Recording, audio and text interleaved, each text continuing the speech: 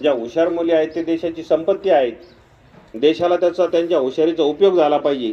मध्येच त्यांना संसारात लवकर लग्न करून त्यांना संसारात गुरफाटून मग देशाचं हित नाही आहे त्याच्यामध्ये. त्याच्यामुळे प्रत्येक घरात त्याचा विचार व्हायला पाहिजे. या दृष्टीने तुम्ही घरच्याला थोडं उद्बोधन करा. तुम्ही तुमच्या बहिणीला वगैरे शाळा उच्च शिक्षण द्या. मध्येच लग्न वगैरे करू नका. काय होतं आहे, मी बरेच अनुभव घेतो असं समाजामध्ये वगैरे असे वेगवेगळे विचार ऐकतो लोकांचे.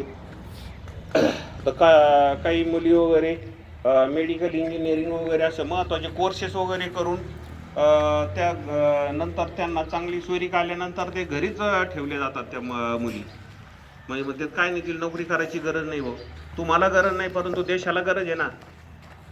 एखाद्या चांगल्या स्थळी दिलं म्हणजे मग पैसा एवढं सर्वस्व नाही, त्याचा आपल्याला देशाला उपयोग करता आला पाहिजे यांच्या बुद्धीचा.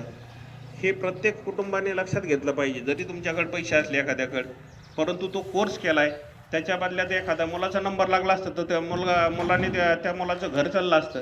तुम्ही ती जागा गुंतून ठेवली मुलींच्या शिक्षणाकरता वगैरे महत्त्वाच्या. तो कोर्स केला म्हणल्यानंतर ती नोकरी करणं गरजेचं आहे. ते देशाला त्याचा उपयोग आहे. नाहीतर देशाचे तेवढे कोर्सचे वगैरे पैसे गेले, तुम्ही त्याच्या सवलती वगैरे घेतल्या, म्हणजे त्या देशाला उपयोग झाला पाहिजे त्याचा. हे प्रत्येक नागरिकांनी म्हणजे लक्षात घेतलं पाहिजे, प्रत्येक कुटुंबाने. आणि माझ्या प्रिय मित्रमैत्रिणींनो, आज सर्वांना माझा नमस्कार.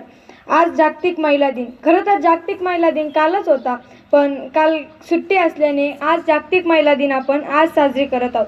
रोजी संपूर्ण जगभरात जागतिक महिला दिन साजरा केला जातो.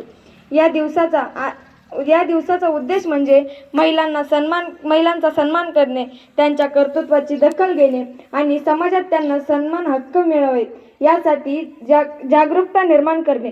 खरं तर या काळात मुली जन्माला घालणं हे पापच वाटतं. कारण त्यांचं असं म्हणणं आहे की मुली या काय करू शकत नाही. पण त्यांना काय माहिती, मुली नारी शक्ती सर्व जगात शक्तिशाली आहे. स्त्री ही पुरुषांच्या पुढे जात आहे. अशक्य गोष्ट ही स्त्री अशक्य करत आहे.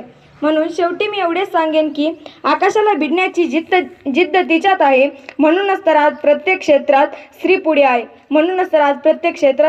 आहे. धन्यवाद.